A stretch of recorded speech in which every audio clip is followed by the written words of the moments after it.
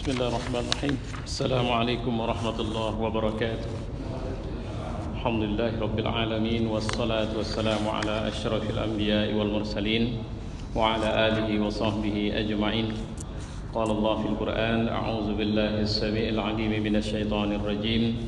Bismillahirrahmanirrahim. Wa amma man khafa maqama rabbih wa nahaa an-nafsa 'anil hawa fa innal jannata hiyal ma'wa. Orang yang berhasil mengendalikan dirinya dari dorongan rendah atas dasar perasaan khauf, takut, cemas terhadap Allah, terutama atas hukuman dan keadilan serta pengawasan dari Allah, maka dia mendapat penghargaan dari Allah berupa surga yang memberikan rasa aman dan nyaman. Shadaqallah wa shadaqa rasuluh wa ba'd.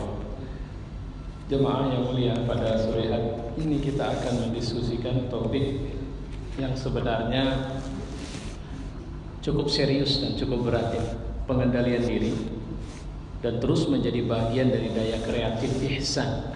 Dalam beberapa event bersama saya sudah mentalakikan atau membeberkan kepada kita beberapa penjelasan di seputar materi ihsan. Nah, pada kesempatan ini kita bicara tentang kemampuan untuk bisa mengendalikan diri.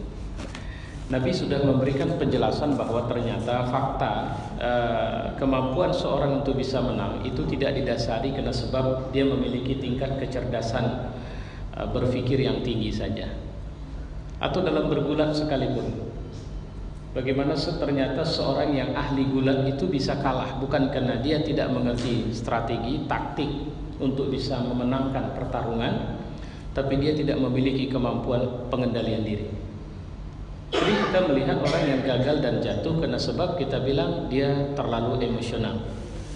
Saya kalau boleh mengambil pelajaran dari 4.11 dan 2.12, yang kita temukan adalah kemampuan pengendalian diri yang luar biasa dari umat Islam. Sebenarnya provokasi untuk kemudian akhirnya kita terjebak pada citra yang sudah disiapkan untuk kita, yaitu suka dengan kekerasan, suka memaksakan kehendak, terus kemudian anti NKRI, ingin memaksakan syariat Islam dan sebagainya. Itu sudah disiapkan. Jadi citra-citra itu sudah disiapkan. Alhamdulillah, ternyata faktanya, ya, sini semua dengan izin Allah Subhanahu wa taala, 4.11 di luar perkiraan, bahkan panitia juga tak mengira itu. Jadi kalau bayangan panitia waktu itu GNV MUI itu diperkirakan hanya sekitar paling hebat 300.000 orang. Tapi yang ternyata yang hadir melonjak sampai di atas 2 juta. Kemudian 212 diperkirakan Monas bisa menerima semua jamaahnya. Tapi ngeluber sampai ke tempat yang kemarin dilarang, kira-kira begitu. Jadi kalau versinya Al Jazeera itu sampai di atas angka 7,5 juta orang berkumpul. Bayangkan, gitu. 7,5 juta, jangankan bertengkar, rumput saja tidak diinjak. Nah, ini yang harus kita pahami. Fakta inilah yang mungkin paling dekat untuk menceritakan kemampuan pengendalian diri itu. Dan tentu saja, bagaimana seorang bisa sampai pada titik kemampuan seperti ini? Nah, ini yang harus kita pelajari pelan-pelan. Nah, tentu kita bisa mengambil gagasan-gagasan kreatifnya dari ayat dan hadis yang kita sudah mungkin terima dari buku modul kita dan ingin saya sampaikan. Tadi sudah saya bacakan ayatnya, surat An-Nazi'at ayat 40-41. Kemudian Allah menceritakan dalam suratul Baqarah, wa anfiqu fi sabilillahi wa la tulqu bi aydikum ila tahlukah wa ahsinu innallaha yuhibbul muhsinin. Yang kita catat itu yang di ujung, dan berlaku ihsanlah. Jadi berlaku ihsan ini kita fokus dengan apa yang kita tahu. Jadi sebenarnya kalau ada orang kemarin tanya sama saya, Ustaz, ini banyak sekali provokasi, intervensi, kemudian penggiringan opini, pengalihan topik sehingga umat Islam tidak fokus. Makanya saya bilang jangan fokus di situ. Ya, fokusnya kepada apa yang menjadi tujuan kita. Dan ketika kita sudah fokus, ikat itu dengan ihsan. Sekarang bapak apa ini? Pingin apa? Saya pingin anak saya bisa menghafal Quran, kira-kira begitu. Oke, fokus. Nah, fokus itu ikat dengan ihsan, karena ihsan ini adalah potensi atau daya kreatif. Apa itu ihsan? Kita flashback sedikit. Ya, an ta'budallaha ka'annaka tarah. Nabi pernah menjelaskan dengan bahasa itu bahwa kau menyembah, kau mengabdi, kau kerja, kira-kira gitulah, sama Allah, ka'annaka tarah, sama persis seperti kau tahu bahwa dia melihat, kau melihatnya.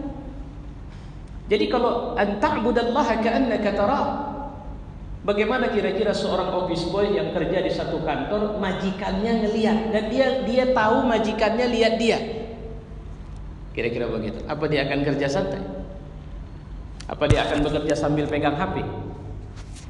Misalnya dia ngepel sambil pegang HP bentar, dia tahu betul majikannya tuh di sudut sana ngelihat dia. Yang kita pahami dari kata ihsan itu tidak boleh an ta'budallaha ka'annaka tarah, seakan kau melihatnya.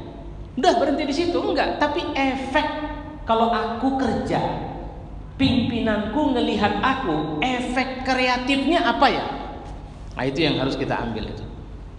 Jadi kalau kita bicara misalnya kita kerja di perusahaan, misalnya para manajer atau para direksi memperhatikan kerja kita, terus bahkan bukan sekedar memperhatikan, mengamati, mengevaluasi, memberikan penilaian yang ujungnya pada punishment atau reward yang diberikan, pasti pengetahuan kita bahwa dia melihat kita itu akan memunculkan daya kreatif yang akhirnya kita tidak mau asal-asalan kerja.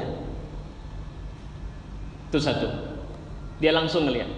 Wa illam takun tara, tapi kalau dia tidak melihat, kau tidak melihatnya, fa innahu yara. Misalnya begini, iya sih, dia nggak pernah datang kemari, cuma CCTV-nya itu dipasang di semua lini. Kira-kira begitu memahaminya. Ya. Sehingga kapan jam berapa saya masuk kantor itu terdata sama dia, dan CCTV-nya itu online memberikan input data sama dia. Saya kerjanya jam berapa, mulai datang jam berapa, pulang jam berapa, aktivitas saya di situ bagaimana. Itu yang dimaksud wa illam takun tara fa innahu yara. Kata-kata fa innahu yara itu maknanya adalah bahwa jangan berhenti bahwa dia melihat, tapi kalau majikan ngelihat kita, apa efek kreatifnya? Nah, begitu. Bapak suruh anak bapak menghafal pelajaran karena besok mau ujian, terus bapak masuk kamar. Anak itu tengok pintu tertutup, selesai. Tapi coba kalau bapak pasang CCTV. Ayah lihat dari CCTV ya di dalam.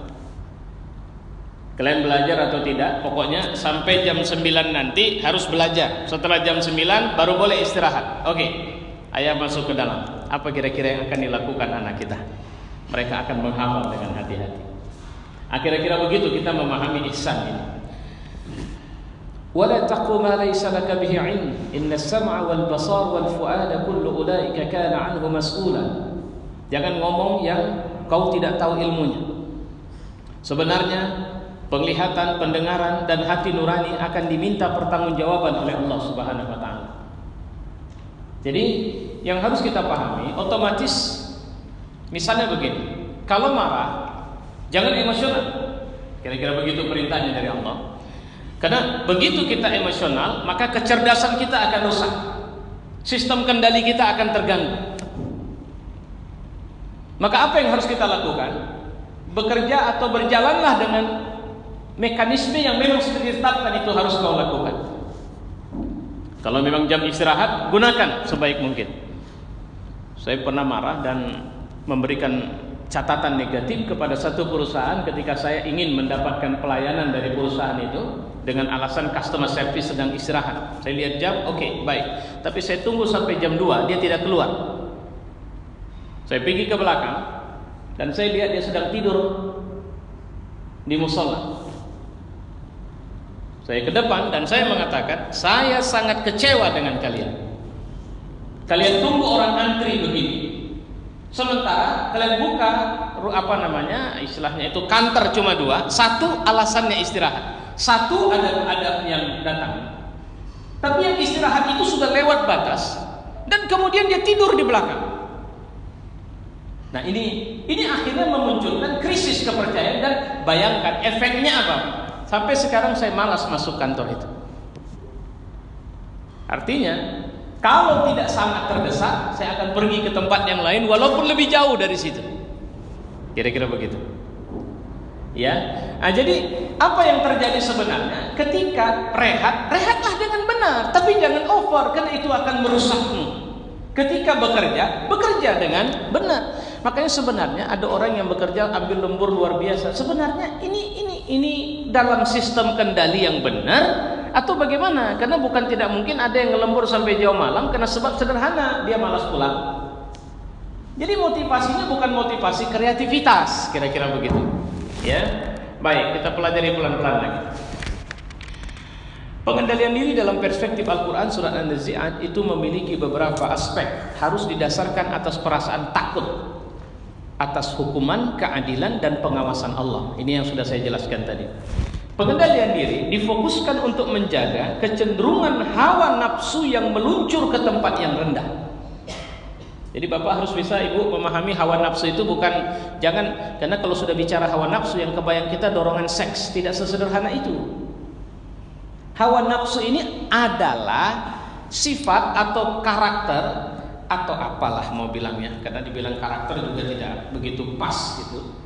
Yang inherent dalam diri kita, yang fokusnya senang-senang, enjoy, enak-enak, tidak mau diatur, tidak peduli halal haram, itu hawa nafsu.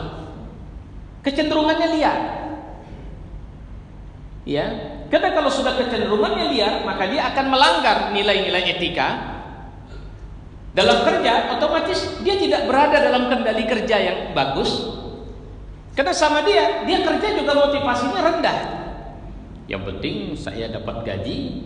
Atau maaf cakap, sering saya bilang, kadang ada orang kerja, otaknya nggak banyak ikut kerja. Otaknya cuma mikirin gimana menghabiskan anggaran yang ada.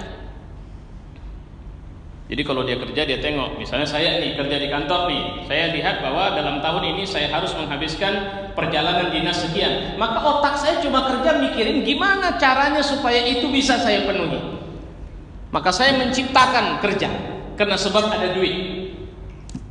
Padahal kita harusnya kerja dan kemudian baru disupport oleh, karena kerja menghasilkan kinerja kita yang kemudian disupport dengan fasilitas yang ada.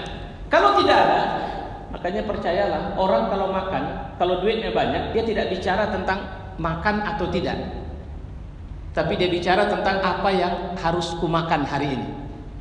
Karena dia sudah bicara tentang cita rasa, itu kalau dia punya duit. Tapi kalau orang tidak punya duit, dia berpikir bagaimana perutku tidak lapar hari ini. Jadi otak itu sebenarnya fleksibel, bekerjanya fleksibel. Nah, sekarang kita diingatkan bahwa tujuan besar dari hidup kita itu adalah mati masuk surga. Gimana caranya? Siapapun aku bisa masuk surga.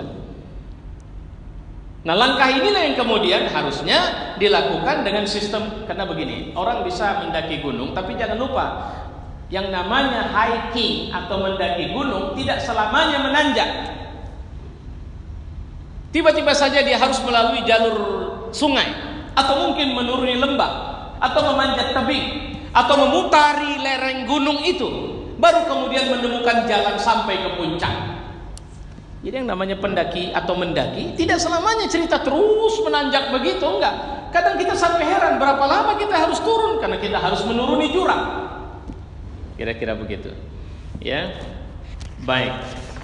Kemudian catatan yang juga patut kita pelajari, Allah menjanjikan kebahagiaan bagi mereka yang berhasil mengendalikan dirinya dari dorongan hawa nafsu dunia. Karena kalau hawa nafsu dunia, Pak, itu buat Bapak berhenti. Lihat, ada orang korupsi. Kenapa dia korupsi? Ya jawabannya kenapa? Kendalinya sudah nafsu. Kalau nafsu, percayalah Pak, Bapak dapat belum ada duit 100.000, Bapak pengen ada duit 100.000. Nanti kalau sudah di kantong 100.000 itu kecil itu, jadi butuh 1 juta. 1 juta udah di kantong, kecil lagi, jadi butuh 10 juta. 10 juta sudah ada dalam rekening, terasa sedikit, kita butuh 100 juta. 100 juta, makanya itulah yang dibilang Nabi, perut kita ini nggak pernah kenyang kalau cuma diisi dengan dunia. Makanya banyak orang yang duitnya sudah triliun sekalipun, atau mungkin saya pernah mendengar ada satu cerita seorang, nggak usah saya sebut, yang penghasilannya per hari saja, ada yang waktu itu dibahas-bahas lah oleh kawan-kawan, saya lupa ini per hari atau per bulan, tapi kayaknya per hari 100 juta. Kuno dia pengusaha hebat dengan berbagai macam penghasilannya segitu, tapi ketangkap korupsi. Yang korupsinya itu, Masya Allah, jauh lebih rendah dari penghasilannya sebulan, atau penghasilannya sehari tadi. Apa yang membuat dia kejebak? Kalau kita pelajari, banyak orang yang kejebak di korupsi, terlepas dari benar salah apa semuanya, tapi rata-rata bukan orang yang penghasilan rendah, udah berlebihnya hidupnya. Tapi kenapa? Karena sistem kendalinya adalah hawa nafsunya. Kalau sistem kendalinya adalah keimanan, kalau kita bilang, maka ya kalau bahasa saya sering bahasanya begini, mau kalinya aku duit itu cuma karena tak boleh, mau kalinya duit itu cuma karena uang haram. Kemarin waktu mau berangkat 212, ada orang yang mau coba titip infak sama saya. Ustaz, duitnya besar, jumlahnya sangat besar, tapi pertanyaannya dan pernyataannya bahwa duit ini menurut yang punya ini tidak halal. Kira-kira bisa nggak kalau digunakan untuk infak, kegiatan aksi bela Islam? Jawaban saya, Bu, waktu itu ibu-ibu, yang kayak begini kegiatannya itu jangankan haram, syubhat saja nggak boleh ikut duitnya. Jadi jangankan yang haram. Ini pure dakwah. Saya nggak tanya berapa, karena kalau saya tanya berapa, khawatir saya, nafsu saya nggak tenang habis itu. Tapi dia bilang jumlahnya sangat besar. Orangnya tulus, Ustaz, mau kasih. Saya bilang nggak bisa. Nah itu ketika sistem kendalinya jelas. Tapi kalau tidak jelas, wah segala dalil pun saya carikanlah itu nanti. Ya. Apa susahnya mencarikan beberapa potong ayat untuk menjustifikasi bahwa oke, Bu, silakan transfer saja, atau antarkan ke saya di sini. Nauzubillahi min dzalik. Itu yang harus kita hati-hati. Banyak sekali sebenarnya catatan lain yang patut kita pahami. Saya hanya menyampaikan ini saja, sekedar untuk menjadi perhatian sama kita. Walaupun sebenarnya bisa saja saya sampaikan lebih panjang, tapi ini poin pentingnya yang saya lihat dari makalah yang kita punya ini. Ya. Satu yang terakhir yang patut saya bacakan adalah penutup. Pengendalian diri adalah kemampuan individu mengarahkan tingkah lakunya sendiri dan kemampuan untuk menghambat dorongan yang ada. Jadi dorongan apa? Dorongan dia. Kenapa Bapak tidak mau mengikuti dorongan itu? Jawabannya, karena Bapak tahu betul Allah lihat Bapak, atau ada CCTV Allah yang selalu mengawasi kita. Loh, kenapa harus takut? Ya, karena kita tidak hidup selamanya. Kita akan kembali kepada Allah Subhanahu wa taala dan mempertanggungjawabkan perbuatan kita. Enggak pakai mulut. Ayat tadi bilang apa? Telinga, pendengaran, mata, bahkan hati kita akan ditanya Allah Subhanahu wa taala. Kalau sudah hati yang ditanya, itu artinya yang ditanya itu niat. Cuma kalau sekarang saya ditanya, apa niatmu datang kemari? Orang tidak bisa tahu. Niat itu nggak bisa didetek gitu. Ya. Makanya kemarin ketika ditanya apakah GNPF mengira bahwa Ahok mengucapkan penistaan itu memang niatnya begitu? Jadi jawab, ya kami nggak tahu niatnya, karena nggak urusan kami. Yang kami tahu dia udah ngomong. Syariat itu menjangkau kepada apa yang sudah dibuat, bukan apa yang ada dalam hati orang. Yang ada dalam hati orang nanti urusan dia sama Allah itu. Itu yang harus kita pahami. Makanya begini, ketika ada seorang Usamah bin Zaid bin Harisah, dia membunuh seorang kafir yang waktu mau dibunuh dalam perang ini, waktu mau dibunuh dia jatuh dan mengucapkan la ilaha illallah Muhammadur Rasulullah, tapi ditebasnya saja dan matilah orang itu. Nabi marah besar. Kenapa Nabi marah? Kenapa enggak kau bongkar dadanya? Karena dibilang Usama, dia mengucapkan itu cuma takut mati ya Rasul. Kenapa tidak kau tengok hatinya? Apa memang betul dia karena takut mati? Artinya kita itu nggak ngurusin prasangka kita atau hati orang. Yang kita urusin apa yang sudah dibuatnya, apa yang sudah diucapkannya, apa yang dilakukannya. Tapi dalam hal pengendalian diri, ingat Allah CEO kita. Dia ngurusin niat kita. Makanya seorang yang memiliki sistem kendali diri yang baik, ya, dia tidak mau terkontaminasi dengan sesuatu yang bisa menghilangkan stabilitas ketundukannya kepada Allah Subhanahu wa taala. Wallahu a'lam bishawab. Wassalamualaikum warahmatullahi wabarakatuh.